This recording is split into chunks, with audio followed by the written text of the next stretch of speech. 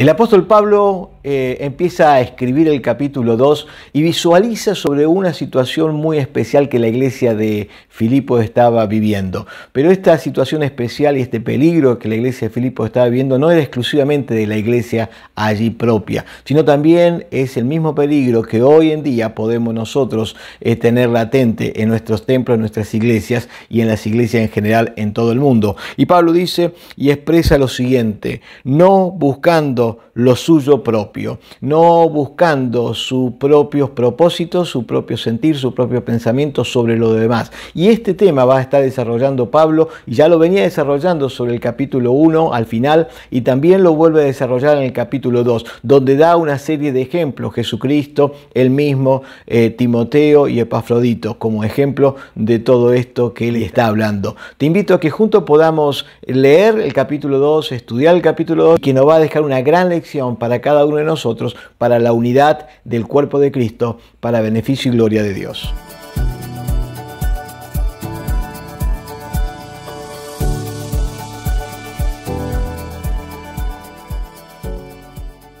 Antes de iniciar el capítulo 2, el estudio que vamos a estar compartiendo en este video, tenemos que recordar que al finalizar el capítulo 1, el apóstol Pablo hace una introducción, una pincelada de lo que va a desarrollar en todo este capítulo. Pablo ya empieza a hablar sobre la importancia y la necesidad de la unidad en la iglesia. Era una cuestión muy específica y muy especial para la iglesia de Filipos, pero también lo es para la iglesia actualmente y para la iglesia de todos los tiempos. El hecho del tema que va a desarrollar Pablo no es un tema menor, es un tema de muchísima importancia. Y vamos a estudiar cómo, inspirado por el Espíritu Santo, el apóstol escribe a la iglesia de Filipos, pero también nos escribe a nosotros. Y Pablo deja de lado un poco las persecuciones externas para introducirse, para meterse un poquito más sobre las cosas que le estaban afligiendo a él y le estaban preocupando y no completaba su gozo. Eran las cuestiones internas, estas divisiones que había y que dañaban tanto a la iglesia, al cuerpo de Cristo, y podía llegar a ser bastante destructiva para el seno de la iglesia del Señor. Así que Pablo va a estar desarrollando esto en este capítulo.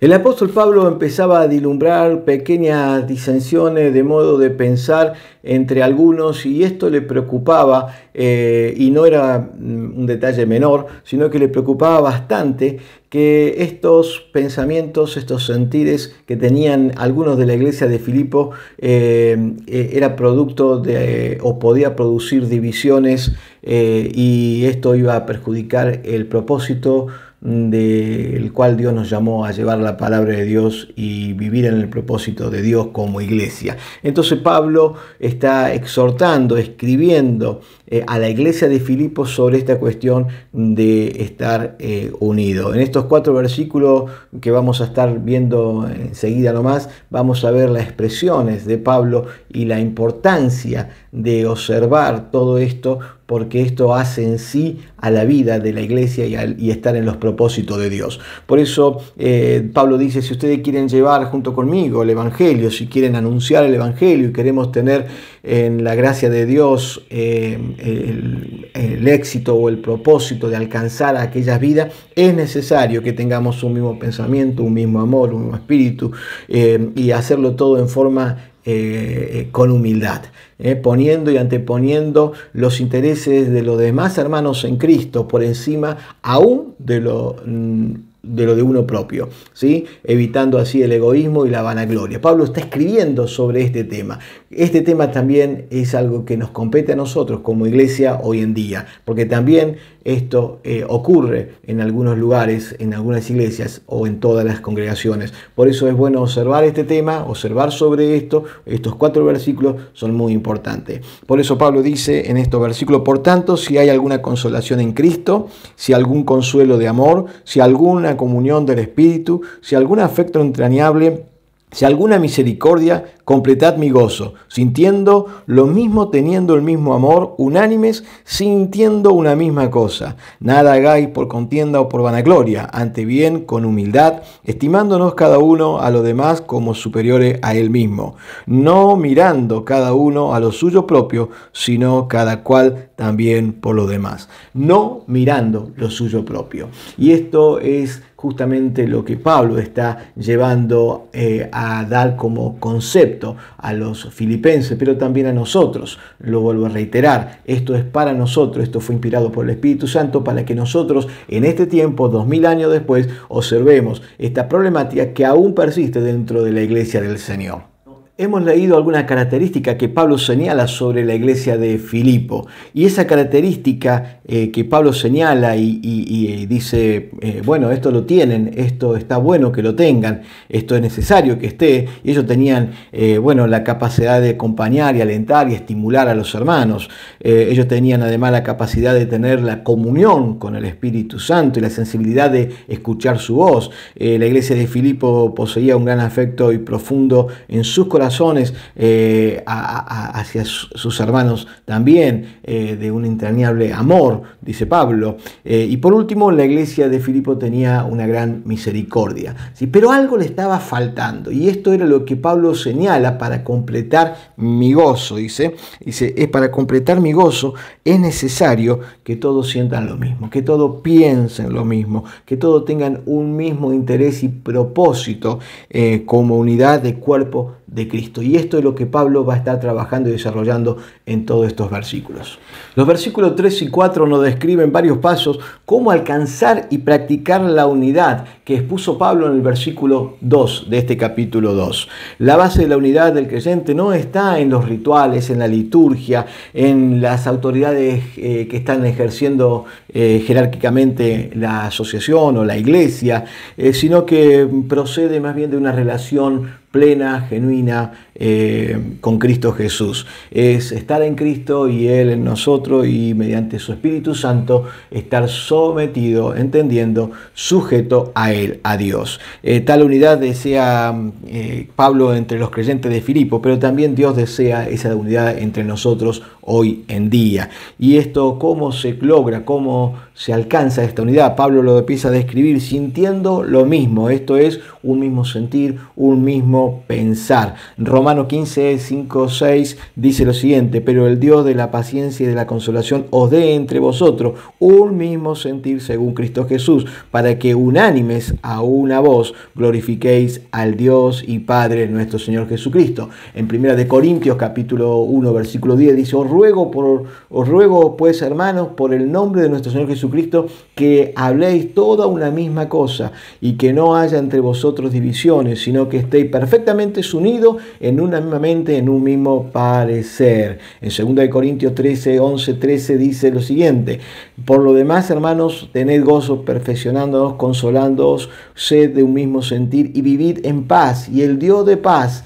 y de amor estará con vosotros. Saludaos a los unos a los otros con ósculo santo. Todos los santos saludan. Y Pedro, 1 de Pedro 3, 8, 9 dice: finalmente, sed todo un mismo sentir, de un mismo sentir, compasivo, amándonos fraternalmente, misericordioso, amigable, no devolviendo mal por mal, ni maldición por maldición, sino por el contrario, bendiciendo, sabiendo que fuisteis llamados para heredar bendiciones. De un mismo sentir, de un mismo pensar. La segunda expresión que Pablo habla sobre el alcanzar en la práctica, en la vivencia, la unidad en el cuerpo de Cristo, en la iglesia del Señor, es que todos los creyentes deben amar igual a todas las personas que están en el cuerpo de Cristo, ya que todas ellas, ya que todos nosotros por igual, sin excepción, hemos recibido inmerecidamente la gracia de Dios para que alcancemos la salvación mediante la obra redentora de Cristo Jesús. Ese debe ser nuestro sentir. Romanos 12, 10 dice: amaos los unos a los otros con amor fraternal, en cuanto a honra, prefiriéndolos los unos a los otros. La tercera expresión que Pablo habla aquí es unánime. Y esto nos habla de una unidad en el espíritu. Una unidad en el espíritu que debemos tener como cuerpo, pero para tenerla como cuerpo tenemos que tenerla también individualmente. Eso nos va a llevar a entender los propósitos de Dios que están sobre nuestros propios intereses. Cada cual tendrá un sueño, tendrá un plan, tendrá algo, pero ¿están dentro del marco del propósito de Dios mis planes? ¿Están dentro del marco del propósito de Dios para la iglesia del Señor esos planes? Bueno, Dios, cuando estamos unidos en ese espíritu, cuando estamos unánime en ese sentir, en ese pensar, nos hace ver y entender que la unidad, que el propósito del cuerpo de Cristo está sobre el propósito individual de cada uno. La siguiente expresión, la cuarta expresión, es sintiendo una misma cosa, con un mismo propósito, sintiendo una misma cosa, buscando ese mismo propósito como parte del cuerpo de Cristo. No nos olvidemos de la oración del capítulo 17 del libro de San Juan, del Evangelio según San Juan, que el Señor reiteradamente habló y oró al Padre sobre la unidad. Padre, que sean uno como tú y yo somos uno. Continuamente lo ha dicho. Si no mal recuerdo, 4 o 5 veces habló y oró sobre la unidad y fue necesario. ¿Por qué? Porque sabía que esto costaba trabajo. Sabía que esto era fundamental, que sean uno para que el mundo crea. ¿Y cómo puede creer el mundo si entre nosotros no hay unidad? ¿Cómo puede creer el mundo si entre nosotros hay un egoísmo en seguir nuestros propios planes, propósitos sin importar a los demás? Entonces esa oración sacerdotal que el Señor hizo en San Juan capítulo 17 es una oración que todavía sigue efectuándose, Señor, que seamos uno en ti. Y para ser uno debemos tener todas esas expresiones que Pablo estaba señalando a la iglesia de Filipo. En el versículo 3 hay dos condimentos, dos expresiones, dos motivaciones individualistas equivocadas, obviamente, que presenta Pablo. Aquí dice, no hagáis nada por contienda o por vanagloria. No hagas nada por contienda, pelear o discutir, o vanagloria, jactarse de uno mismo. El orgullo como obra natural de la carne está muy evidente, muy latente en todos los días. Y no estamos ninguno exento a todo esto. En este mundo caído sobre todo. Es competitivo, es egocéntrico ya por naturaleza, intenta elevarse la persona por encima de lo demás, cueste lo que cueste, al precio que sea, promoviendo así de esa manera divisiones, partidismo y competencias internas y destructivas. Pablo justamente sospecha sobre esta situación que está ocurriendo en la iglesia de Filipo y empieza a desarrollar sobre esto. Y también esto, inspirado por el Espíritu Santo, nos está hablando a nosotros, que no haya en nosotros ningún tipo de motivación, ninguno de estos condimentos dañinos, contienda y vanagloria. Esto está perjudicando entonces grandemente a la iglesia y al cuerpo de Cristo. ¿Qué significa contienda? Pelea, discusiones, para conseguir siempre un propósito que quiere debatir o discutir por todas las cosas. La palabra griega está significando rivalidad egoísta en sí esta palabra. Y muchos parece que en la vida normal conviven con esta situación, con esta forma, este estilo de vida. En realidad es una falta y es una deficiencia de la vida cristiana que hay que corregir. La vanagloria es una jactancia de lo propio, de los méritos propios, de las cualidades que uno posee, jactarse de lo que uno ha hecho, de lo que uno es. A lo mejor jactarse por los méritos que ha alcanzado. Muchas veces hemos visto este tipo de expresión de jactancia, esta vanagloria, señalando en aquellos, por ejemplo, pastores, hombres que han sido y son de Dios, pero que a veces entran en el error de señalar continuamente. Yo hice, puse aquello, hice, señalé, y yo fui el que, y se jacta de aquellas cosas que en la gracia de Dios pudieron hacer como instrumento. Simplemente por gracia de Dios, no es por mérito de uno, simplemente la gracia de Dios lo hizo posible. Por eso el pedido del apóstol Pablo es fundamental, que nada se haga por contienda, nada se haga por vanagloria, porque esto lleva a discutir, a pelear, a pisarse uno sobre el otro y ya perdemos el foco, perdemos el centro del propósito de Dios. Ya no sería Dios el propósito en el cual trabajamos, servimos, adoramos, honramos, sino sería el de uno mismo, utilizando la iglesia para esos fines. Pablo finaliza el versículo 3 diciendo, estimando cada uno a los demás como a superiores a él mismo. Si consideramos lo demás como superior a uno mismo, entonces deberíamos consultarlos más. Entonces deberíamos entender y estar dispuestos a escuchar más al otro. Deberíamos valorar más las opiniones de los otros. De esta manera podríamos entender que hemos aprendido esta lección de saber que nosotros no hacemos las cosas por contienda o por vanagloria, porque no somos individualistas, ni nos creemos que tenemos la respuesta para todo ni la solución para todo, sino que somos un cuerpo en Cristo donde valoramos a todos los demás hermanos en diferentes formaciones, diferentes condiciones, diferentes lugares, diferentes culturas, lo que fuese, lo valoramos porque ellos también tienen tanto de Dios como lo tengo yo. ¿Cuál es entonces la actitud y la virtud que debemos cultivar? Bueno, Pablo lo dice, juntamente es la opuesta a hacer las cosas por contienda o por vanagloria, es justamente la humildad. La humildad es servicial, la humildad tiene que ver siempre y tiene en cuenta a los demás y lo valora. La humildad siempre está viendo al prójimo y no mirándose hacia uno mismo. La humildad genera esa unidad porque siempre hay una sensación y una vivencia y hay un pensamiento en la cual respeta al otro y genera esa armonía. La humildad se trata de una actitud correcta de un siervo de Dios, quien tiene y quien considera a cada uno, a los demás, a todos los demás como a superior a sí mismo. Y esto es algo que a veces se ve poco en muchos de los llamados de los siervos de Dios, donde a veces hay un gran profundo sentir narcisista, donde yo soy el más importante y el quien tiene la respuesta de todos los asuntos en los cuales es necesario que a mí vengan a consultarme. Bueno, hay un sentir narcisista en la cual no es bueno y no genera y no crea este sentir de unidad porque hay una gran falta de humildad. La otra virtud, actitud que genera o crea la unidad, la dice Pablo en el versículo 4, dice, no mirando cada uno a lo suyo propio, sino cada cual por lo de los demás. Y esto nos habla de la generosidad. Pablo no dice que no fijemos nuestra mirada por los intereses propios, sino que dice también y usa la palabra también por lo de los demás.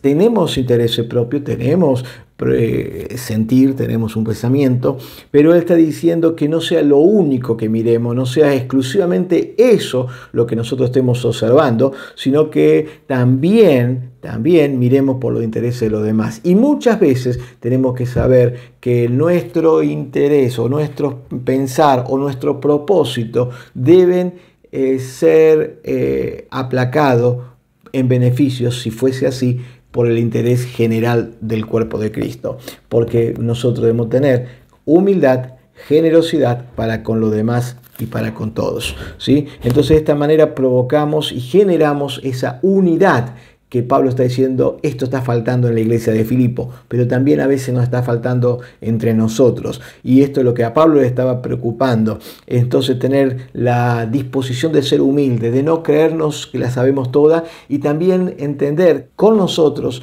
hay otra gente, hay otras personas que tienen tanto valor como lo tengo yo, porque la misma sangre fue derramada para su salvación como lo fue para mí también. Y de esa manera el Dios que los llamó a ellos es el mismo Dios que me llamó a mí. Y el Dios y el Espíritu Santo que actúa en ellos es el mismo que actúa en mí. Entonces entender que debo considerar a los demás como a superior a mí mismo y no mirando en mí, solo mis propósitos, aún pisoteando y alcanzando las metas que yo creo que debo alcanzar, porque creo que tengo derecho, porque creo que tengo razón, porque creo que soy el más indicado. Guarda. Porque esto no es generosidad, esto no genera unidad, esto genera división, pleito, contienda, malestar, dolor. Entonces Pablo nos recomienda y nos dice que para que tengamos esta unidad y guardemos esta unidad, no mirando cada uno a lo suyo propio, sino cada cual también a lo de los demás. ¿Lo mío está afectando a los demás? ¿Está afectando la unidad del cuerpo de Cristo? Si está afectando, lo dejo a un lado, lo corro a un lado, porque quiero, sobre todo, alcanzar la unidad de Cristo, el propósito del Señor, juntos. No quiero lastimar a nadie. Prefiero ser, como muchas veces lo he dicho, el quinto escalón de la escalera. No seré el primero, seré el quinto. Pero dice uno, bueno, pero el primero es más importante. Y todos son importantes, porque si te falta el quinto escalón, que está en el medio, está allí, por ahí pasa desapercibido, pero si falta el quinto, para quien va a subir la escalera, le va a ser una incomodidad subirla, porque está faltando un escalón. Ese escalón también sostiene y fortalece esa escalera que va a ser utilizada.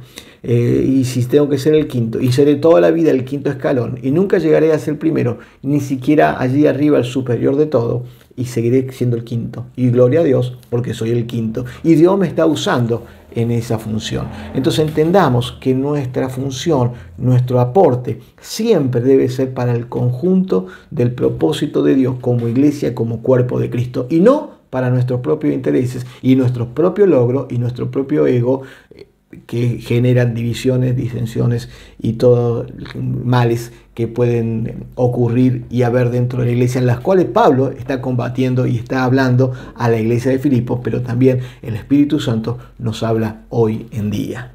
Y termino con esto: no busquemos nuestro propio interés, sino más bien el beneficio de los demás, entendiendo que no debemos ser egoístas. No debemos centralizar todo el propósito en nosotros, sino en el cuerpo de Cristo, en lo que el cuerpo de Cristo le es de edificación, de beneficio, de bendición. Si consideramos a los demás, entonces seremos, como Pablo nos está diciendo, antes bien sé humilde. Entonces seremos aquellos humildes. Como dijo el Señor, aprende de mí, soy un manso y humilde de corazón. Seremos como el Señor. Entonces no seamos egoístas. Cuando uno es egoísta, nada le importa lo que los demás piensan, lo que más sienten, y no le importa lo que los demás pueden ocurrirle. Solo le importa lo que él quiere alcanzar, lo que uno quiere alcanzar. Solo le importa su propósito y sus metas, nada más, sin importar a quién pisotea, sin importar sobre quiénes pasan, sin importar a quiénes lastiman. Va y empuja, y eso no es parte ni la característica del cuerpo de Cristo, ni del hombre de Dios, ni de la iglesia del Señor. Los espero en el próximo video para que estudiemos juntos los versículos del 5 al 11 del capítulo 2 de los Filipenses, donde vamos a sentir y ver y estudiar juntos lo que el Espíritu Santo inspiró al apóstol Pablo para que escribiese la iglesia de Filipos, pero también a nosotros como ejemplo de Jesucristo, ejemplo de que todo esto, lo que está diciendo y señalando, había y hubo en Cristo Jesús, la cual nosotros debemos seguir. Dios te bendiga, el Señor te guarde, y nos vemos, si el Señor permite, la próxima semana.